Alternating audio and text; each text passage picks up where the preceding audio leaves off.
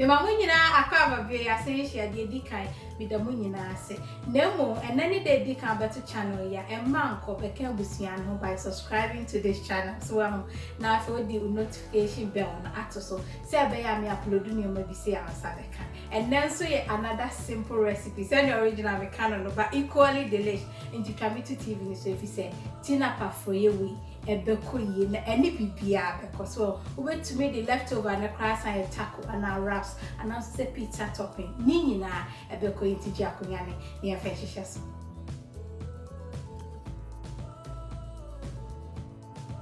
Abusia fonti ani oma ye wo ha say eni so we say spring onions and me famines and we me bell pepper and we have green pepper. And I'm a quite na ye use me, so until me come use to do be up about when so flavor ebema and a garlic miensa and so and I we say I am a tomato base na machimuno. Into me the link in the better so my wow and share the flavors no a woman bean and I'm a green beans in here and I'm a carrot no bet me so veggie beer ope and I'm a kakadru kakran to me so and I'm toast fresh ones and to me and I'm a jenny miensa and a why. Into a simple cranemo and skippy video no na near the back account and so well. Into the more I say a tin fish I be so a pilchard but me is brandy beer so and I weigh in brine and I will say in tomato sauce into bet me is so in brine me no announce say tomato sauce ni na be ko yisa na skippy video no go send me soon and I weigh a fresh thyme and I win so bay leaf na bay leaf no and fado do emma juice stew ni na nti ma fanke to ani no di akonya no ni enfenhye so and say me join in me twitwe na makono so wa mo twitwa and na my great way mo nti ade aye twitwa and dey blend it see different for modern answer recipe way no obeja ni say and na me spring onions ni and bell peppers too and oni we ye be blend ti di akonya no ni enfenhye so see I made me chance yes so on a low medium no na feel the anwa bia open no na ade agum nti ama wanwan no bebre so na fe o de garlic ni aya kakedro na ade agum nti ye ni say na ema na nhye so on say en no bebre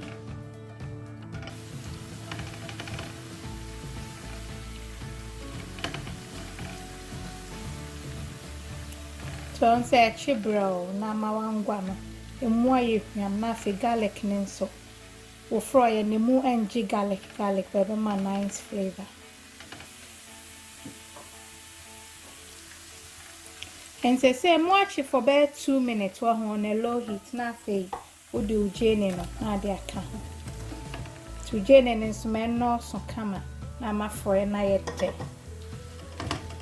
tis work ami jana no nya den kra so ye ne sama me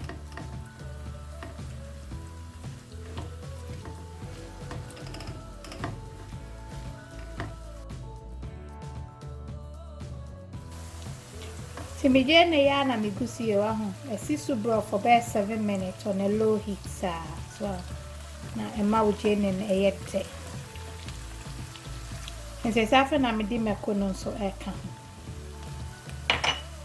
Timeko na ya benya ya bebre so ahuntifa de wo pe dodo a obetumi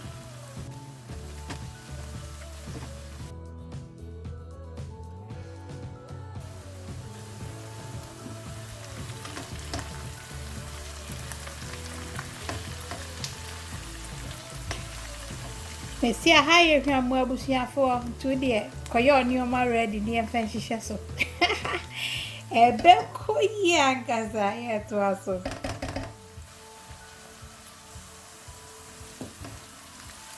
ntonse ni amachi mu amana ya bro kama afi na me de me bell pepper ni spring onion no e ka ma blend ni nyina me sanfrum kakraba to blend na mfensi obebre nka ho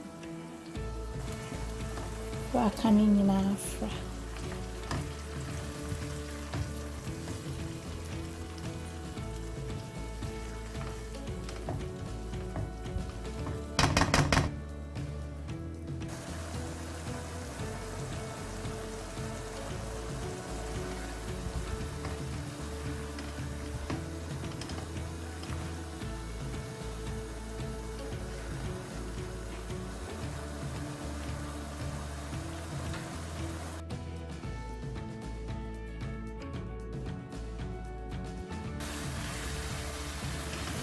Abusuafo ahaye hwam chai ekoyie so ahu na afi udun toast no na de aka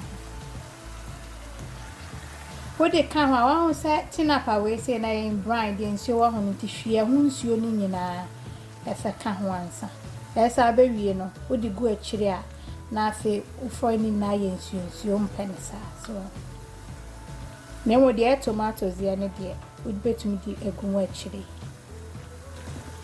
Canning enough.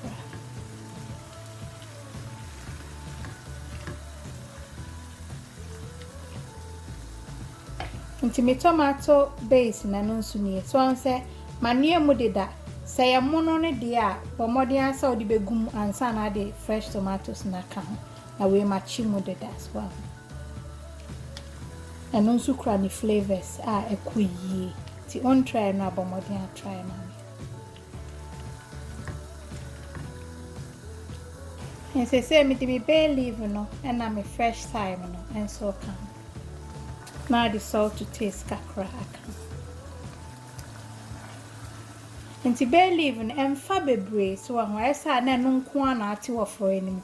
Wa pese oti flavors na aka ni nyina so ti aye ne sama me. And na fresh thyme ne so nia for dry one and nanso say wo me jollof spice blend na de aka ho eno abeko yi amasa. Enti wa pa me jollof spice blend and na say me seasonings ni bia no wo call originalmamabetty.com a ubenye bia to. Me se me ka hwe ye no ekoyi enti bo modern a na try. Tina afi wa kata so.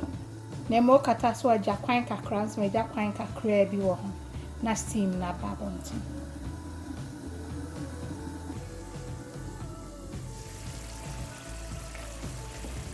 Froye ya ni egusi aye kama so because one na ma emo enche kakra. Enti tip ba kwa me de ba ma ne se wo di bay leaf eye aduane bia ho. Emfe ngumu bebre wo ya ne sa enu take over flavors no pesa o ti bibia e wo mu kakra kakra. Ti bomode ansa obe ne sa ma me.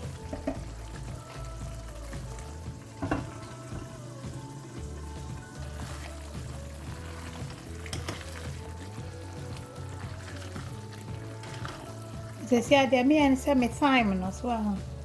Ni aye na dwuma wie no on se fi ho. Na wa ye free. We kakra wo ho ti metwen ansa nti wo be serve abomode ansa wo be yi ani bay leaf ne free. Nse sa fe na me di me tinapa no. Hey, enu modefo. So ti fancy obia enka ho bio. Bomode ansa be ne sa. You know, I can't even afra.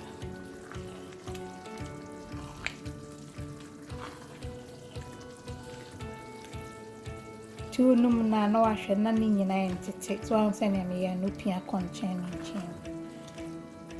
No ashe won chen enso.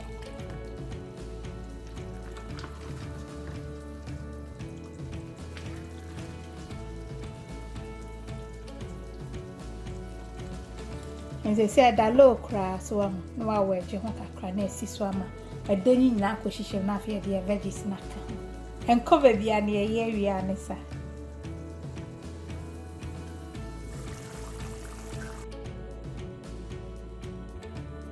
And they say I made me veggies in one cemetery channel crow and crow a camera.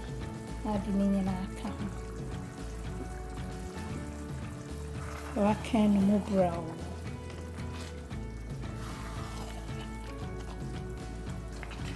Your green peppers be by kakra, so my waiting for so by 3 minutes be and son at the other camp. And so by ye do na, Miss. On time, no so back me. I see. I can't change up and I may say a danny dear. Ha! As a well noon. To try, mammy.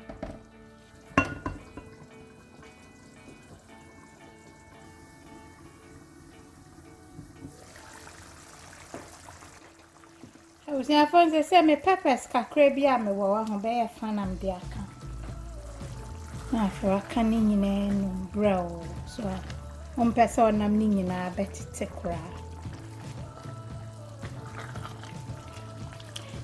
Into do peppers ne can one na why the wadum gya no. So answer.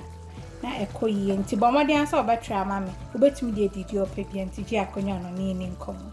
Awusiafo nti wa hu for yet so we say ekoka so wa hu na futu a me di gya ye nyina and then say your mess can be your message. Sesi a wo hwe me e dey mess na wo go through e bia na neoma bi e koso abrabo ma wo fu se bibia ye basa so wa hu na sa brain ni mo no emane how many empire if you say wo free man sa mess no e baba be message a won so be da wo betumi di ahye obi nkran na ahye nyame enu ya nti me be se me hye nkran se nye ofemu enne bia no e be ye fi se se ne ye kan no ade san ade bechi nti unu say your mess is going to be a message for someone. I love you all. God bless. Mwah.